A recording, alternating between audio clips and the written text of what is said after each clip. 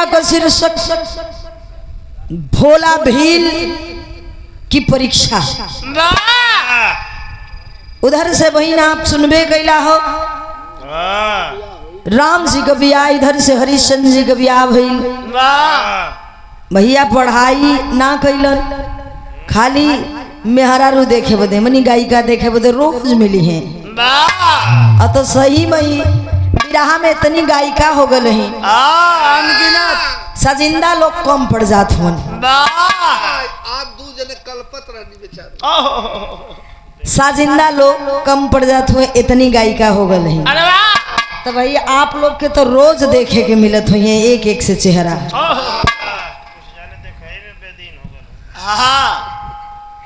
के सिपाही भैया कतवा का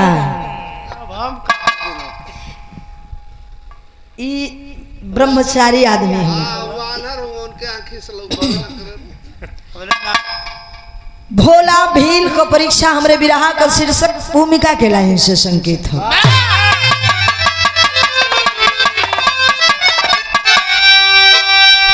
हरे हरे महादेव विष्णु विधाता, एक दिन वो अपने हृदय में विचारे, शिव जी किए शेर का रूप धारण, तीनों तपस्वी क्षितिज पर पधारे। खुद वो धरा का भ्रमण करते करते तीनों गए एक भील के द्वारे। शिव के पुजारी रहे दोनों प्राणी, हरि हरि महादेव कह के पुकारे।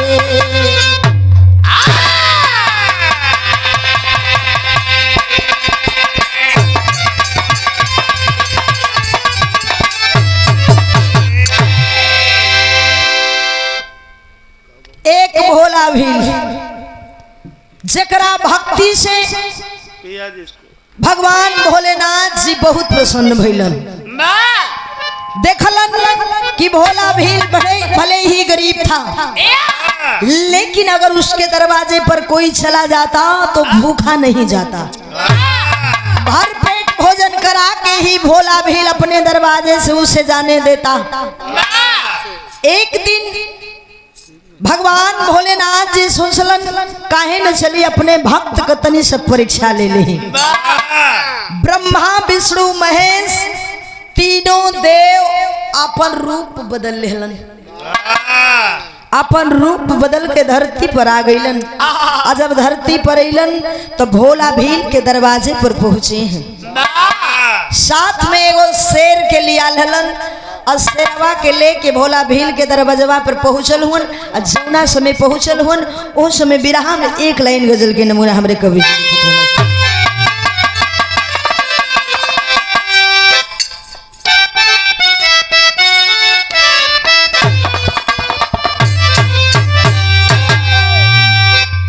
अरे पिया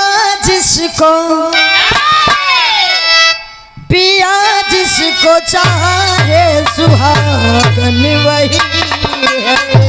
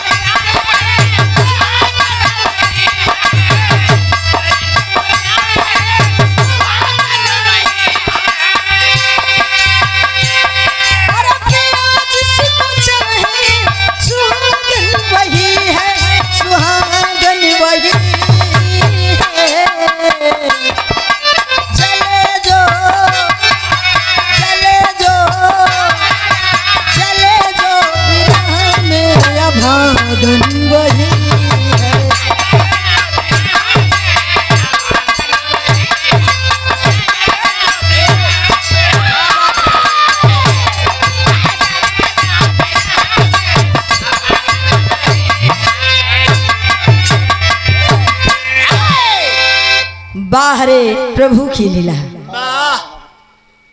जिनके लीला का सब लोग गुण गाए, देवी देव भी गुण गाए। निराली निराली जगत में है माया प्रभु की।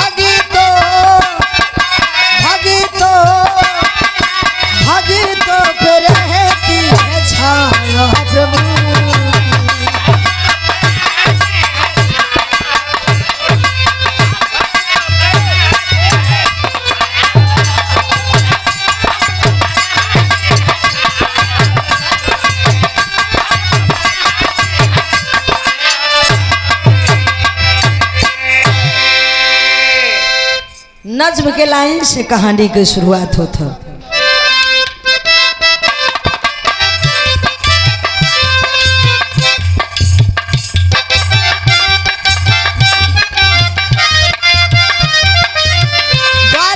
गुरुजनों को देख रहा भोला, सेवा हमारी क्या है प्रभु साधुओं से बोला।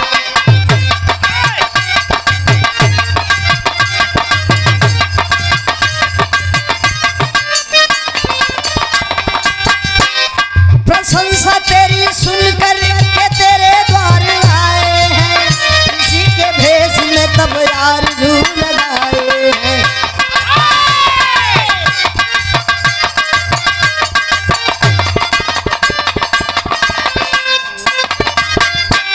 इच्छा हमारी है एक बात निभाओ बेटा, शेर भूखा है इसे भोजन कराओ बेटा।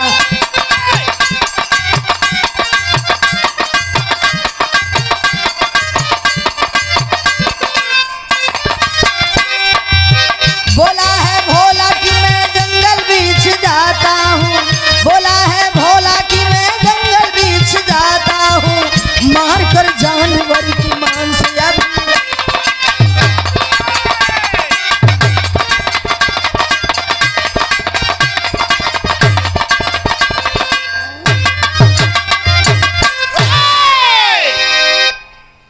भोला भील के दरवाजे पर ऋषि का रूप बना के तीनों देव पहुंच गए। शेर के लिए आके पहुंचल हुन, जा करके अलख जगाए हैं। अलख निरंजन, अलख निरंजन। अरे बच्चा कोई है? हाँ बाबा, कुटिया से आवाज आती है। हाँ बाबा, आइए बैठिए। आसन लगा देहलन, तीनों ऋषि के बैठा देहलन। कलन तीनों ऋषि बैठ गईलन। कहत वन कि है बेटा, तेरी चर्चा तेरी प्रशंसा बड़ी दूर दूर तक है। हम लोग तेरी प्रशंसा को सुन करके ही तेरे दरवाजे पर आए हैं। कई दिन से हम लोग इधर उधर भटकते भटकते तेरे दरवाजे पर पहुंचे हैं। सुने हैं कि तेरे दरवाजे पर जो आता है वो भर पेट भोजन करके जाता है। बिल्कुल बाबा, हमारी दरवाजा पे जे आवेला वो पेट भर के जाला। कलन ठीक है, तो मेरा शेर आज कई दिनों से भूखा है, तुम मेरे शेर को पहले भोजन करा। भोला भील कलश, अच्छा बाबा ठीक बा, कुछ समय तक धीर धरिए, मैं अभी जंगल में जाता हूँ, मार कर घोड़े कर मांस लाता हूँ। अभी जंगल में जाता हूँ, मार के एक जानवर की मांस लेकर के आता हूँ, आपके शेर के सामने खिला देता हूँ, परोस देता हूँ। आपका शेर खा के तृप्त हो जाएगा, संतुष्ट नष्ट हो जाएगा। बड़ा क्रोध में आ गईलन। इतना बतिया सुन के ऋषि बड़े क्रोध मन से कहलन, आ भोला भील, खबरदार अपने आवाज को यहीं बंद कर ले। मेरा शेर अगर किसी जानवर का मांस खाना होता तो मैं तेरे दरवाजे पर क्यों लेके आता। आखिर में बाबा जानवर का मांस तो हर शेर ना खाई तो का खाई।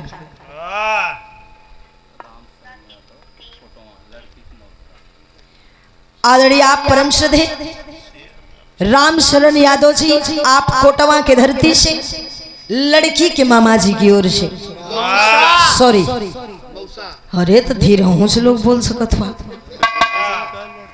लड़की के मौसा जी की ओर से 201 रुपए का पुरस्कार, बहुत बहुत प्रणाम बा, आशीर्वाद की चाह है।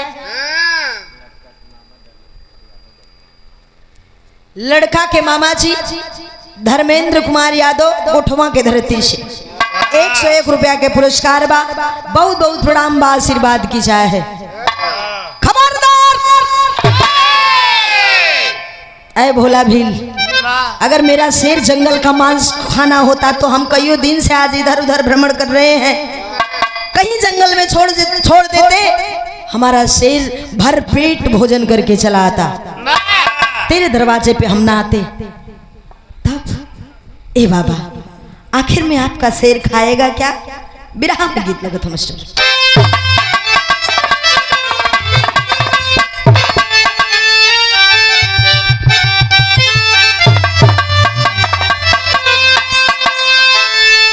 अरे झूलनी पे उड़नी अब है जहाजिया उड़ादा, हमारी पाए देव राजा ही राजा राजा।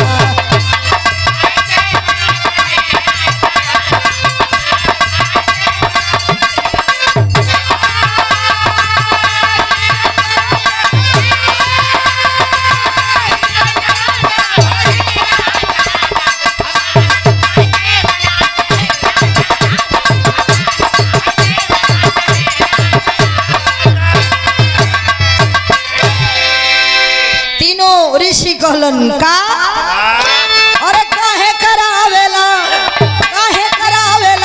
अरे भोला तू हसिया खाई से रावा नाही जंगल के मसिया।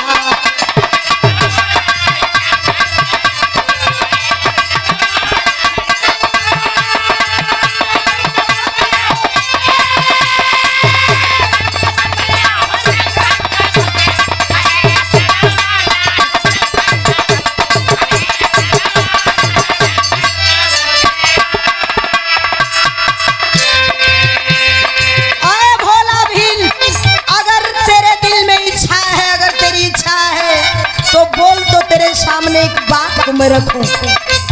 भोला भील कल से बाबा क्या बात है, अपने बात को हमारे सामने रखिए। इच्छा अगर है तो बात फरमाऊं,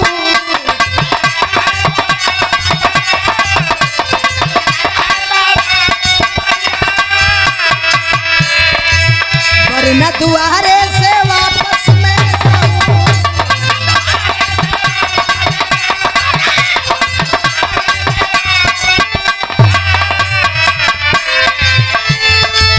इतना सुनत भोला लीला की ससिया आई से रावा नाही जंगल के मसिया।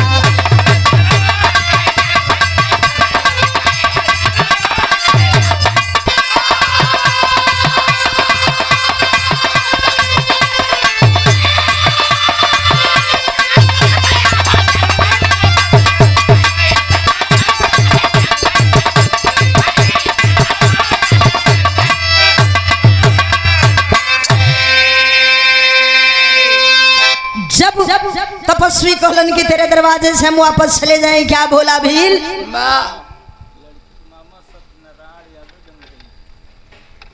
आप लड़की के मामा सत्यनारायण यादव जी जंघई के धरती से 101 रुपया के पुरस्कार बा। बहुत बहुत बड़ा हम आशीर्वाद की चाह है। जौना समय इतना बात भोला भील तपस्वी के मुखार से सुनलस, लंबी सांस लेता है। कलश ना ए बाबा, अब तक हमारे दरवाजे से कोई वापस नहीं गया है। अपनी इच्छा को आप प्रकट करिए। इच्छा प्रकट कैलन का, अरे इच्छा प्रकट करा प्रभु जी समनवा, बोले प्रभु काटाया अपन लाला।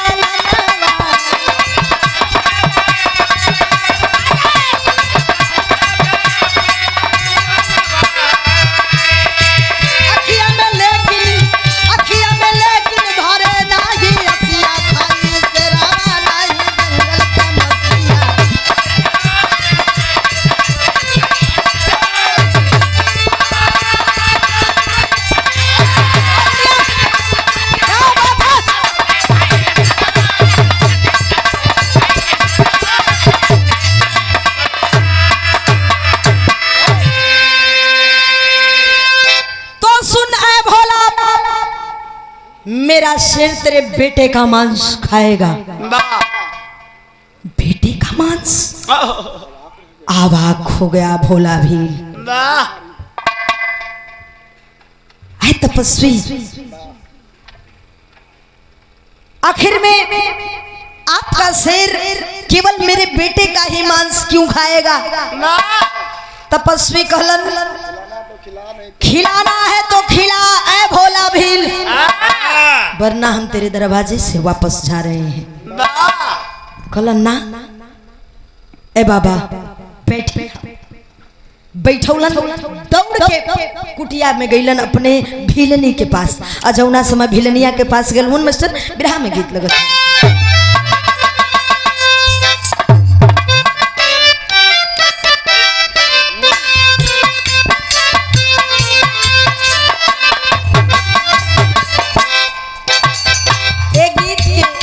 हमरे माता बहन लोग बड़ा प्यार से गावेली। माई कहली बेटी,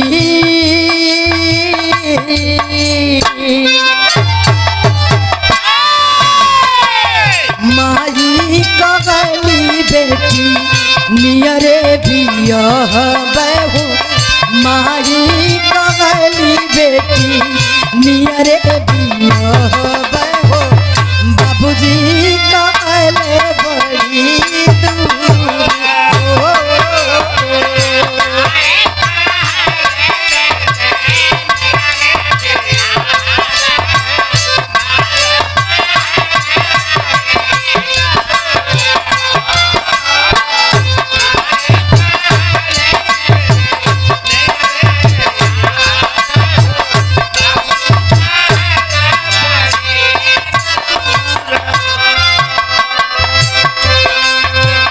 भोला भील कॉलेज से बाबा बैठा 2 मिनट हम अब आवत ही। दौड़ करके कुटिया में गया है, भीलनी से कहता है क्या? बोला है भीलनिया से,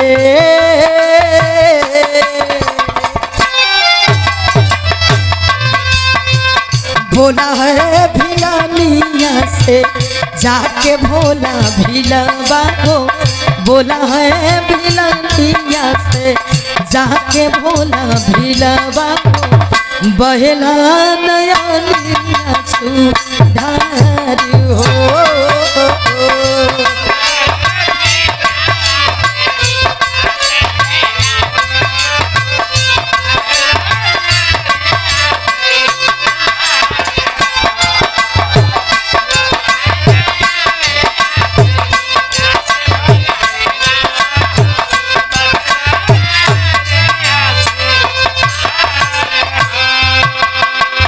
मंगला तपस्वी हमरे,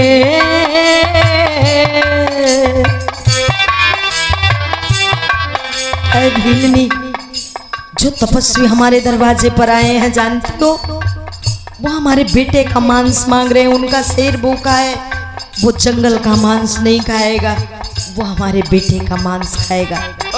ए बाबू दोनों प्राणी आपस में बतियावत हुन। कुटिया के बगल में वो जोन छोट लइका हम तारी बाप के बतिया के सुनत होत का हो। मांगला तपस्वी हमरे बचवा के मौसिया को मांगला तपस्वी हमरे बचवा के मौसिया को सुन के आवाज भैली नारी हो।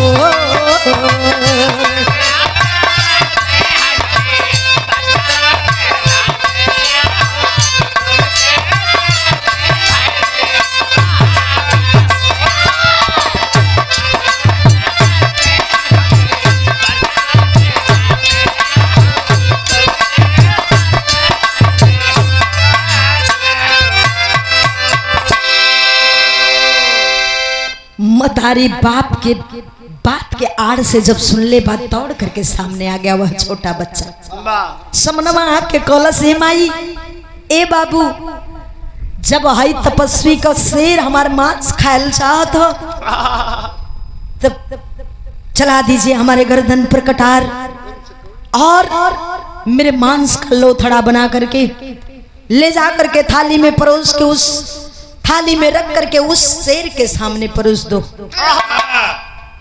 कर जोर कर बोला बेटा, कर जोर कर बोला बेटा, बाबूजी देर लगाओ ना, खाएगा शेर गर्मांस मेरी जननी तुम आंस बहाओ ना। गाएगा ये जग कीर्ति मेरी, अरे गाएगा ये जग कीर्ति मेरी, द्वारे से विप्र भगाओ ना। हटे नहीं हिम्मत माता पिता गर्दन तलवार चलाओ ना। वह छोटा बच्चा मतारी बाप से कहता ए माई ए बाबू अब तक हमरे दरवाजे पर जे भी आयल वह भर पेट भोजन करके गया और पूरे दुनिया में भोला भील का नाम है, इस नाम को हम मट्टी में नहीं मिलने देंगे। अगर उनका शेर मेरा मांस खाना चाहता है, मुझे खाना चाहता है, तो दोनों लोग कटार उठा लीजिए, चला दीजिए मेरे गर्दन के ऊपर। हाय हाय रे बाबू जमीनिया पे लइका लेट गल।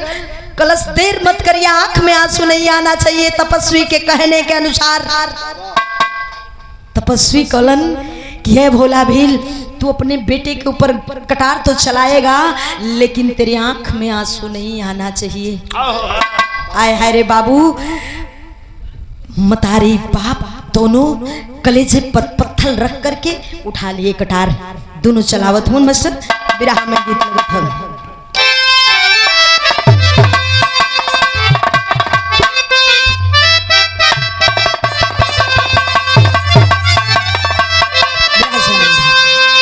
अरे ललनवा कैसे काटी विधना, ललनवा कैसे काटी, ओ ललनवा कैसे काटी विधना, भोला तुरंत लगाया भोले पर धियनवा रे धियनवा रे धियनवा।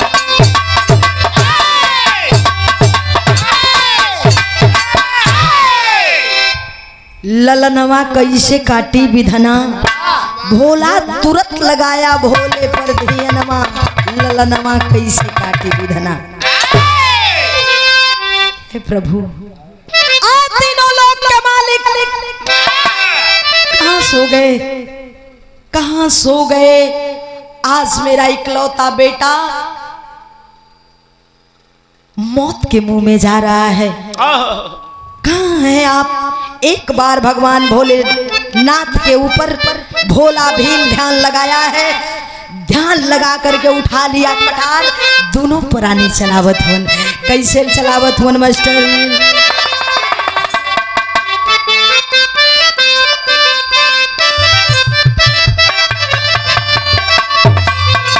विधना का लिखल लीला रे अपने गिरावा पे, विधना का लिखल लीला रे अपने गिरावा पे,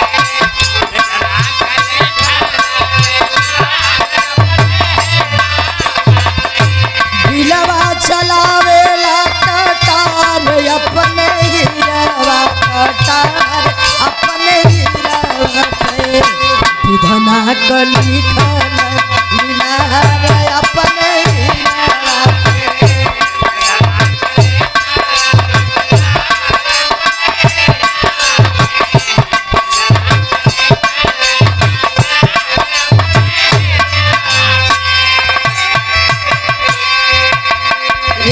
बाबू अब कलेजा पे पत्थर रख के दोनों प्राणी गर्दन पे तलवार चला दिए। चला करके उस लाश का छोटा छोटा टुकड़ा बना दिए और छोटा छोटा टुकड़ा बना करके एक थाली में सजा दिहलन। सजा करके कैलन का काटी काटी मांस भोला टुकड़ा बनावले।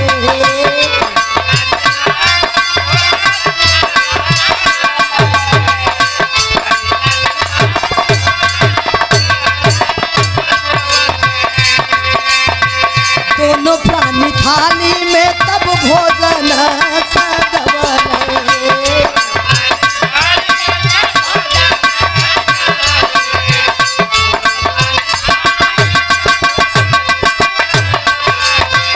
कोहेला तपस्वी हो खूंखार अपने हीरावा, खूंखार अपने हीरावा के विधना चलावेला कटार अपने हीरावा के।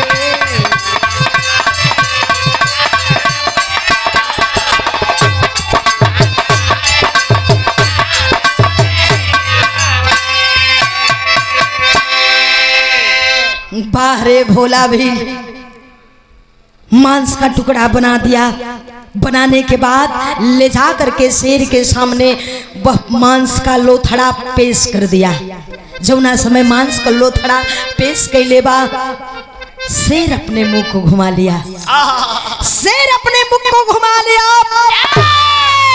जब शेरवा अपने मुखवा के घुमौलस हो बाबू, भोला भील का कलेजा धक से कर देलस। अरे बाप रे बाप, कहीं ऐसा तो नहीं कि मेरे बेटे का मांस व्यर्थ चला जाएगा, मेरे बेटे का शरीर व्यर्थ चला जाएगा। पैरवा पे जा करके तपस्वी के गिर गईलन। गिर के कौलन है बाबा ऐ तपस्वी, अब कौन सी भूल हो गई हमसे? आपके कहने के अनुसार हम दोनों पति पत्नी अपने कलेजे के ऊपर पत्थर रख करके आंख में आंसू न लेकर के बेटे के गर्दन के ऊपर कटार चला करके उसके मांस का लोथड़ा बना करके आपके शेर को हमने परोस दिया। अब हमसे क्या भूल हो गई जो आपका शेर मेरे बेटे का भोजन नहीं करना चाहता है, अपने चेहरों को घुमा लिया। तपस्वी धिक्कार के कल भोला भील जानता है तेरे पास से एक और बेटा पल रहा है। एक और बेटा? नहीं बाबा, मेरे पास कोई दूसरी औलाद नहीं, ये मेरा इकलौता औलाद था जिसको मैंने आपके शेर के सामने परोस दिया। ना जा करके अपने भीलनी से पूछ, जा करके अपने भीलनी से पूछ, उसके गर्भ में बच्चा पल रहा है 3 माह का। उस बच्चे का मांस निकाल के लेकर क्या मेरे शेर के सामने परोस, तब मेरा शेर भोजन करेगा। हाय रे बाबू, अन्यथा तेरे दरवाजे से हम बिन भोजन किए लौट जाएंगे। जोनस में इतनी बतिया सुन ले हो, उठा है जमीन से, उठ करके तुरंत भीलनी के पास में गया है। जौना समय भीलनिया के पास गई, मस्त बिरहा में गीत लगा था।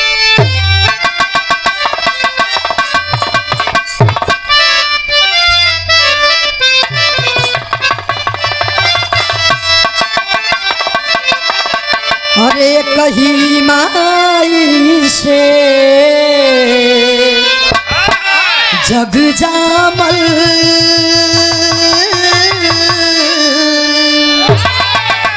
ये कही माई से जग जामल, केहू सुखिया केहू दुखिया, ई भेद बड़ाई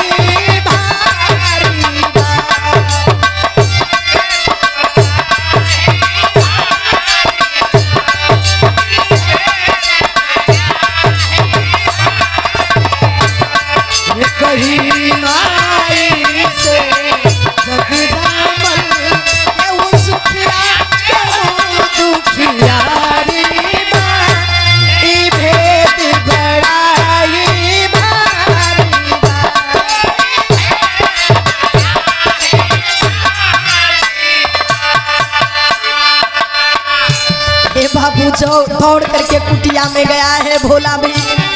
कलश है भीलनी, मेरे दरवाजे का सम्मान चला जाएगा, मेरे बरसों की कमाई चली जाएगी। वक्त तपस्वी हमारे दरवाजे से भूखे लौट जाएंगे।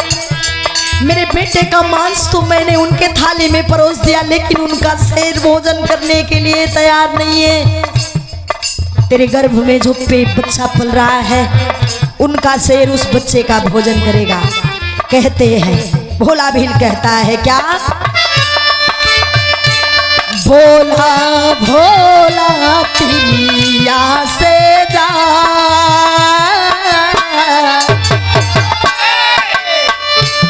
भोला भोला पिया से जा, मोर करम कमाई लुटी गई है, द्वारे से अतिथि लुटी गई है।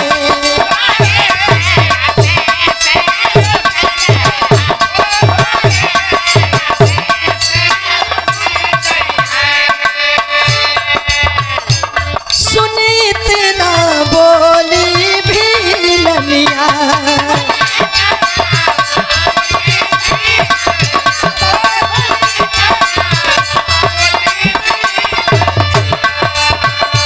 सैया मोरी माना बचनिया।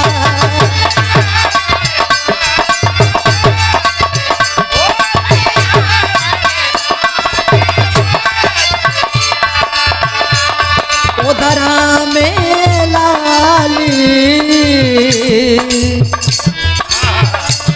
उधरा में लाली फले हमरे, ओकरे खाली मसीहे होई है, द्वारे से अतिथि उठ गई है।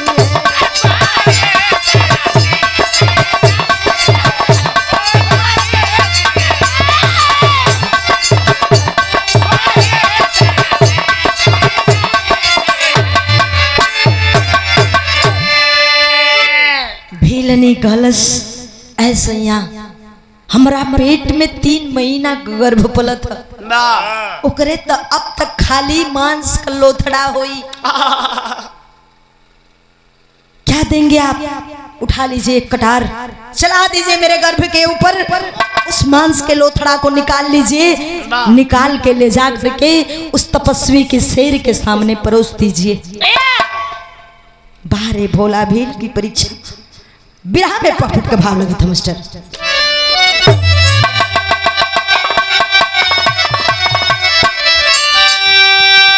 अरे अटल परीक्षा सोचे भोले दानी अजब कहानी बाप। अटल परीक्षा सोचे भोले दानी अजब कहानी बाप।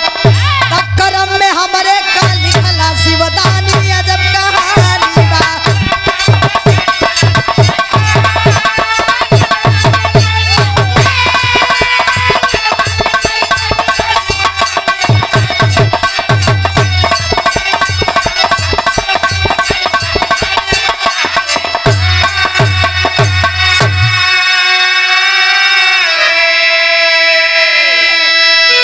बाहरे भोला भील, फिर उसने अपने कलेजे पर पत्थर रख करके उस त्रिलोकीनाथ महादेव को याद किया है। ऐ प्रभु, ऐ भोलेनाथ, क्या लिखा है मेरे कर्म में? ये कैसी विडंबना है? कौन से जन्म की कर्तव्य कमाई है जो मैंने एक बेटे को तो परोस दिया शेर के सामने, दूसरा बेटा भी रक्त की प्रवाह की तरह है, जौना के बहिन मांस भी ना बनल बा, केवल खून का लोथड़ा है, उसे भी इस गर्भ से निकाल के शेर के सामने परोसना पड़ रहा है।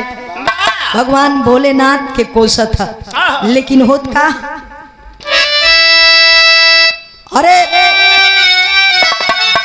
यही सोच कर ले कटार, नारी के पेट को चीरा हो, मांस का लोथड़ा शेर सामने पेश किया तब हीरा हो।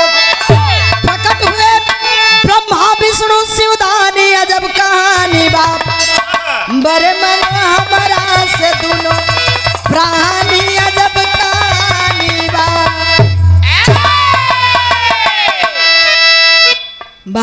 भोला भील जब मांस का लोथड़ा ले जा करके शेरवा के समनवा रख ले है, तुरंत भगवान भोलेनाथ जी अपने असली रूप में आ गए। निकाल लेलन झोलरी से डमरू, निकाल के बजावे लगलन। ब्रह्मा विष्णु महेश तीनों देव अपने असली रूप में आयल हुन। जब अपना असली रूप में आइलन तो भोला भील से गलन है, भोला भील हम तेरी परीक्षा से खुश हुए, तेरी भक्ति से प्रसन्न हुए। जो मांगना है तू आज वो मांग ले, दिल खोल के मांग ले, तुझे क्या चाहिए।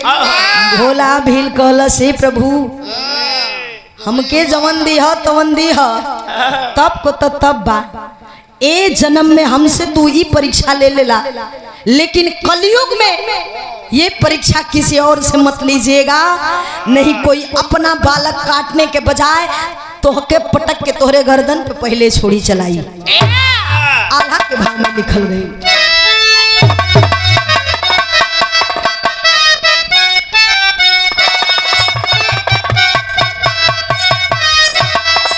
अरे टम टम बाजल तब भोले के डमरुआ भाई,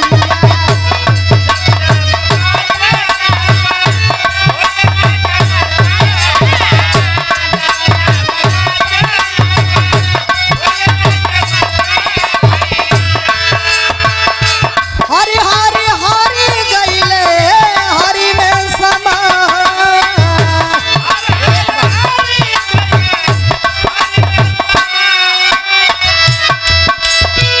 धन भगवान बोला भीलवा पुजरिया बाबू,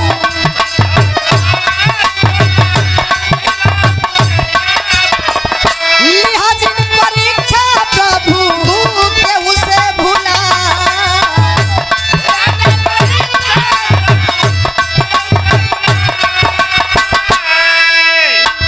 भोला दोनों प्राणी लाल भैले समनवा बा,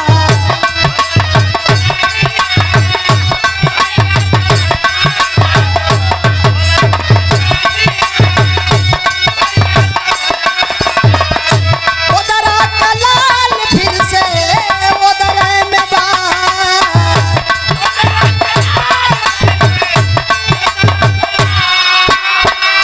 मन परिदान जवन लगनी लगनी आए भोला,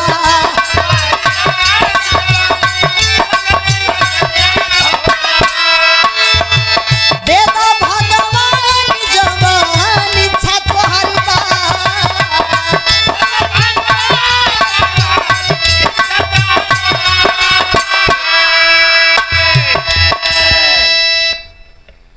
भोला भील इतनी बात कहलस से प्रभु हमरा से तो परीक्षा ले लेला, लेकिन किसी और से परीक्षा मत लीजिएगा। फिर से भोला भील का बेटा जिंदा हुआ। जवन बेटा के ओदर में से निकाल ले रहलू, फिर से ओदर में भइल। जैसे का तैसा उनका पूरा परिवार हो गया। सब परिवार एकजुट एक जगह भइल बा। अब भगवान भोलेनाथ जी कलन, ए भोला भील मांग लो जो तुझे मांगना है। भोला भील कहला से प्रभु जवन तोहार इच्छा है देवा वाला भेल हुआ दे दो, हम कुछ ना मांगब। बिरहा के आखिरी भाव में लिखल गई,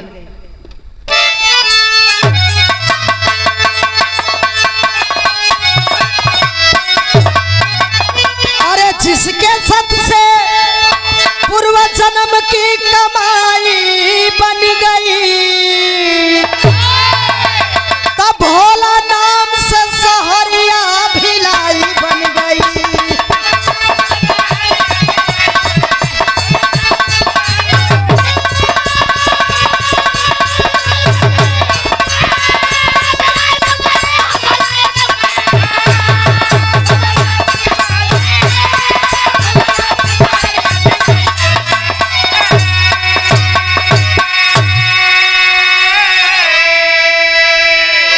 उसी भोला के नाम से भिलाई शहर बसल, उसी भोला के नाम से। और दूसरा जन्म का भइल उनकर, दूसरे जन्म राजा के भैले जन्मवा। जो अभी इन्होंने बताए कि उनका नाम सभ्या नहीं तारा था, तो उनका नाम तारा था, उन्हीं का नाम सभ्या था। दूसरे जन्म रोहित, दूसरे जन्म राजा के भैले जन्मवा। हरिश्चंद्र तारा और रोहित लालनवा।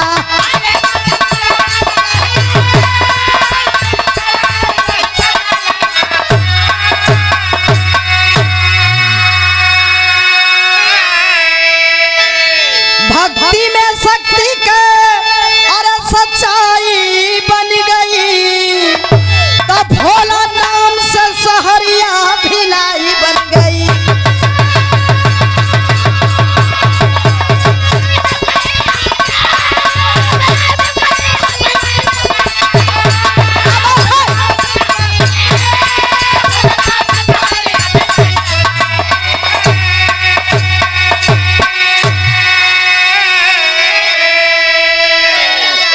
हमार बिरहा जहां से शुरू भैल स्टार्टिंग वाला, वहीं से खंतब भैल, यहीं से हमारे गुरु घराने का परिचय बतावल गई। गुरु बिहारी गुरुपत्तु पति राम की अजब कहानी। राम और कवि श्री राम का अरे लिखते कथा बखानी।